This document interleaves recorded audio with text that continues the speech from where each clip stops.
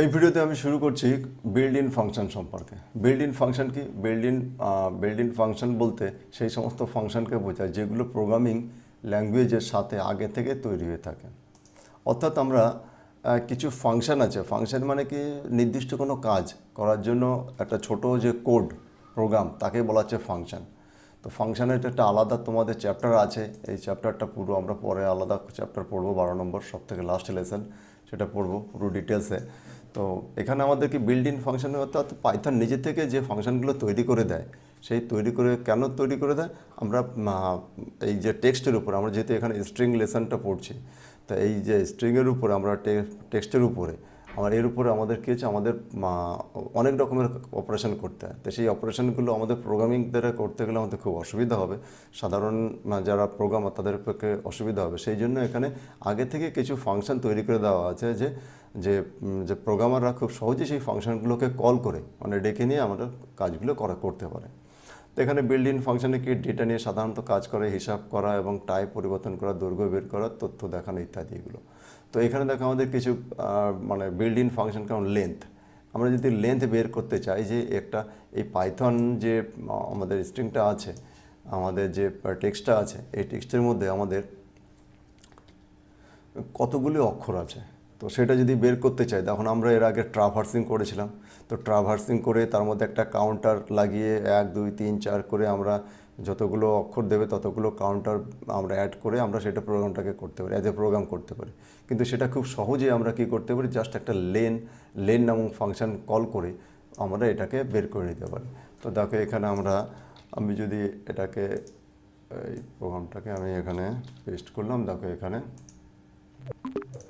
তো এখানে কী হবে, টেক্সট পাইথন লিখলাম আর কি লেন, আমি এখানে কন্ট্রোল এন্টার করলাম, এখানে তো 6 বেরিয়ে গেলো। তো এখানে আমরা খুব সহজেই এই যে লেন যে আমাদের বিল্ড ইন ফাংশন মানে আগে থেকে পাইথন তৈরি করে দেওয়া আছে, এর মধ্যে জাস্ট আমরা লেন দিয়ে কল করলাম, একটা তার মধ্যে ফার্স্ট ব্র্যাকেট দিলাম, তার মধ্যে আমাদের যে টেক্সটটা দিয়েছি সেই ভেরিয়েবলটা দিয়েছি, ভেরিয়েবলের নামটা দিলাম, তাহলে এই ভেরিয়েবলটা আমাদের কতগুলো অক্ষরের আছে সেই অক্ষরগুলো আমরা পেয়ে যাব। তাহলে এখানে লেন্থ আমরা ফাংশনের দ্বারা আমরা বুঝতে পারলাম এটা বিল্ড ইন ফাংশন লেন্থের দ্বারা। এরপর আছে টাইপ ফাংশন। আমরা এখানে দেখতে চাই যে এই যে ডেটাটা আমরা নিয়েছি সেটা কী ধরনের। আমাদের এখানে আমি যদি লেন না লিখে আমি এখানে লিখি টাইপ এখানে টাইপ লিখলাম, তাহলে আমি দেখো কন্ট্রোল এন্টার করলাম, দেখো ক্লাস str আমাদের কী দেখাচ্ছে, এটা স্ট্রিং ডেটা টাইপ এখানে। তো আমি যদি মনে করো এটাকে মিটিয়ে আমি এখানে দেখলাম টেক্সট ইকুয়াল টু 2 লিখলাম, আমি এখানে এন্টার করলাম, দেখো এখানে ইন্ট দেখাচ্ছে। তো যেহেতু আমাদের এটাতে আমরা স্ট্রিং নিয়ে কাজ করব, সেই জন্য কোনো একটা স্ট্রিংই স্ট্রিং রাখলাম। তারপরে কে আছে, তারপরে বিল্ড ইন ফাংশন, আমাদের বিল্ড ইন ফাংশন কী আছে, এখানে ইন্ট হলো কি, আমরা কোনো ইয়েকে মানে ইন্টিজারে কনভার্ট করা, কোনো টেক্সটকে ইন্টিজারে কনভার্ট করা বা ইন্টিজারকে টেক্সটকেও কনভার্ট করা যায়। তো যেমন এখানে আমি যদি এখানে সেটা টেক্সট আর ইন্টিজার কীভাবে আমাদের হয় সেখানে আমি তোমাদের দেখেছি। মনে করো এখানে টেক্সট 1 ইকুয়াল টু আমি দিলাম 5 আর টেক্সট 2 ইকুয়ালস টু দিলাম এখানে 6 লিখলাম। আমি এখানে যদি প্রিন্ট টেক্সট 1 প্লাস টেক্সট 2 করি তাহলে আমাদের উত্তর কী পাবো, দেখো এখানে আমাদের দেখো 11 উত্তর পেলাম। কিন্তু যেই আমি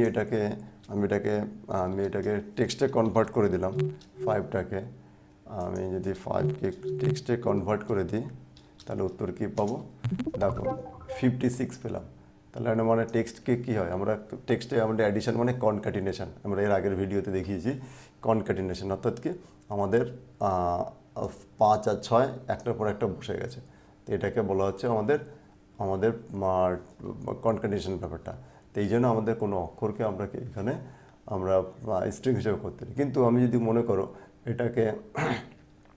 এটাকে কনভার্ট করে নেব ইন্টে, তাহলে আমি এখানে ইন্ট লিখলাম, ফার্স্ট ব্র্যাকেট দিয়ে এখানে টেক্সটকে আমি কনভার্ট করে নিলাম, এটা ছিল টেক্সট, হয়ে গেল আমাদের কি হলো, আমাদের টেক্সট ছিল, এটা নাম্বারে কনভার্ট হলো। এখন যদি আমি যোগ করি, তো এটাকে দেখে আমি কমেন্ট লাইন করে দিই, তো এটাকে আমি কন্ট্রোল করে দেখো, এবার দেখো 11 উত্তর পেয়েছি। এখানে যদিও আমাদের আছে স্ট্রিং, বাট এটা অ্যাজ এ স্ট্রিং আছে, কিন্তু আমি এটাকে কনভার্ট করে নিলাম ইন্ট ফাংশন দিয়ে। বিল্ড ইন ফাংশন কি ইন্ট, এই বিল্ড ইন ফাংশন দিয়ে আমরা এই স্ট্রিংটাকে আমরা নাম্বারে কনভার্ট করলাম এবং তারপরে ক্যালকুলেশন করলাম, তাহলে দেখো আমরা অ্যান্সার 11 অ্যান্সার পেয়েছি। তো এই যে এটা ইন্ট, কীভাবে আমরা যদি ফ্লোট করি, আমরা এটাকে ফ্লোটও করতে পারি। ফ্লোট, এখানে এটাকে ফ্লোট করে দিলাম। আমরা দেখো, আমরা যদি করি তা দেখো 11.0 পাবো, অর্থাৎ কি এটাকে ফ্লোটে কনভার্ট করে দেওয়া যায়। তো এই সবগুলোকে বলা হচ্ছে আমাদের বিল্ড ইন ফাংশন।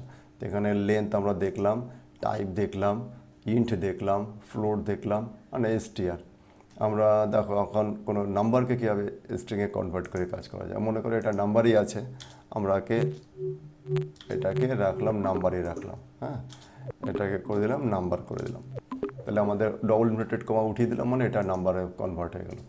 এখন এই নাম্বারটাকে আমি যদি এখানে, আমরা তো আমি এটাকে কি করছি, এসটিআর করে দিলাম, এসটিআর মানে স্ট্রিং হয়ে গেল, ঠিক আছে, স্ট্রিং হয়ে গেল, এটাও স্ট্রিং করে দিলাম। তো দেখো এখন উত্তর দিলে আমাদের কী পাওয়া যাবে বলো তো, 5, 6 পাবো।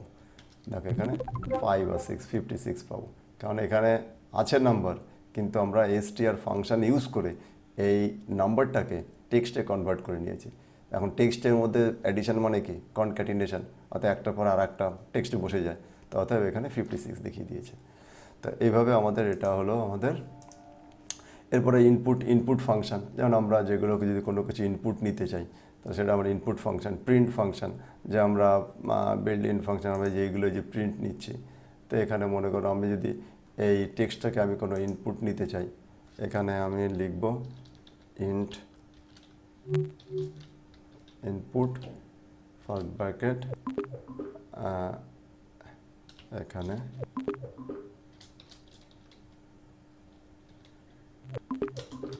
এন্টারে নাম্বার।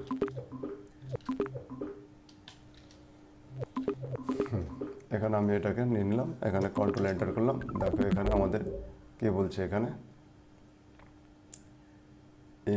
ইনপুট এন্টারে নাম্বার, ও এখানে আমাদের আর একটা আমাদের ফার্স্ট ব্র্যাকেট বন্ধ করতে ভুলে গেছে, এটা সিনট্যাক্স এরর। তো দেখো এখানে একটা নাম্বার চাইছে, আমি মনে করো 8 দিলাম।